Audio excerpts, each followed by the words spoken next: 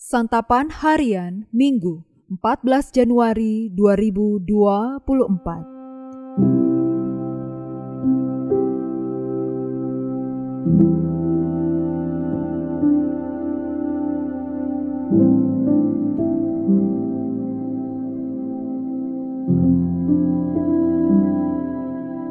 Inilah program Santapan Harian, sebuah program yang mengajak Anda menelusuri isi Alkitab, agar Anda menemukan makna firman Tuhan sesuai dengan konteksnya. Santapan Harian tertuju bagi Anda yang ingin memiliki kehidupan rohani yang segar, kuat, dan sigap.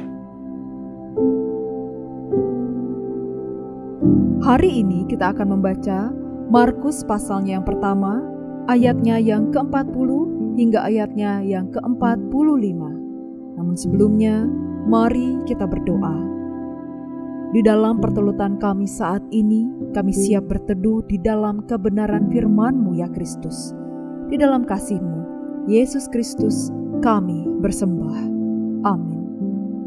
Markus 1 ayat 40-45. Seorang penderita sakit kulit yang menajiskan datang kepada Yesus dan sambil bersujud di hadapannya, ia memohon bantuannya, katanya, "Kalau engkau mau, engkau dapat menahirkan aku."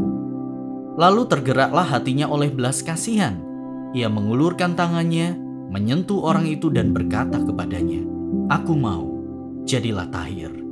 Seketika itu juga lenyaplah penyakit kulit orang itu dan ia menjadi tahir. Segera ia menyuruh orang itu pergi dengan peringatan keras.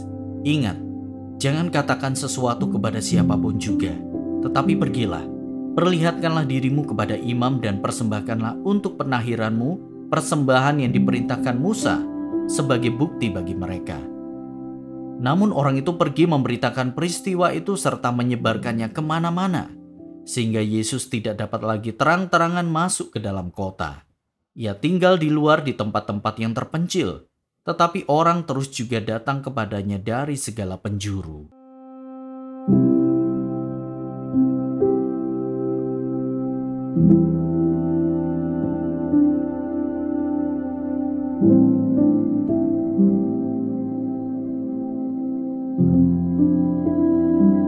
Sahabat Santapan Harian, salah satu penyakit yang mengerikan dan mudah menular adalah penyakit kulit yang menajiskan. Orang yang mengalaminya harus berteriak, "Najis, najis," agar orang lain tidak menjadi najis karena bersentuhan dengannya. Ketika orang itu memohon, "Kalau engkau mau," ia tahu akan kuasa Yesus, tetapi ia juga mengakui bahwa kesembuhannya bergantung pada kerelaan Yesus. Penyakit kulit pada masa itu berkaitan dengan hukum agama, yakni hukum tahir dan najis. Seorang berpenyakit kulit dianggap dan menganggap dirinya najis, sehingga dia tidak bisa melakukan ritual ibadah dan juga dikucilkan secara sosial. Dia dipisahkan dari Allah dan sesama. Itulah mengapa ia menggunakan kata tahir dan bukan sembuh. Ia memohon agar ia bisa diperbolehkan beribadah lagi dan kembali ke komunitas sosialnya. Yesus mampu dan mau.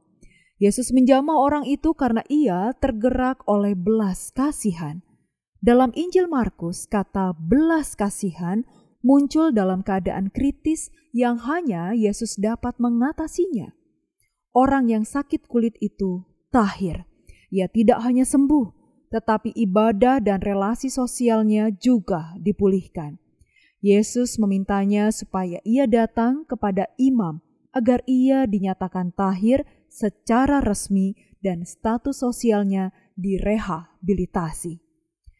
Kisah ini mengajarkan bahwa Yesus berkuasa dan bersedia mengatasi masalah kritis manusia. Kuasa dan kerelaannya yang besar dapat menyembuhkan semua penyakit serta memulihkan relasi manusia dengan Allah dan sesama. Ini bukan hanya undangan bagi penderita penyakit kritis, tetapi juga bagi orang yang sedang mengalami masa-masa kritis. Mungkin kita merasa sendirian tanpa ada yang peduli. Namun, kebenaran firman hari ini berkata sebaliknya. Allah tidak pernah meninggalkan kita. Bahkan Ia telah memberi dirinya sehingga yang terkucilkan disambut dalam kerajaan-Nya. Maka, mari kita hampiri tahta kasih karunia Allah. Nikmatilah kesembuhan dan pemulihan dari Dia yang berkuasa dan bersedia. Mari kita berdoa.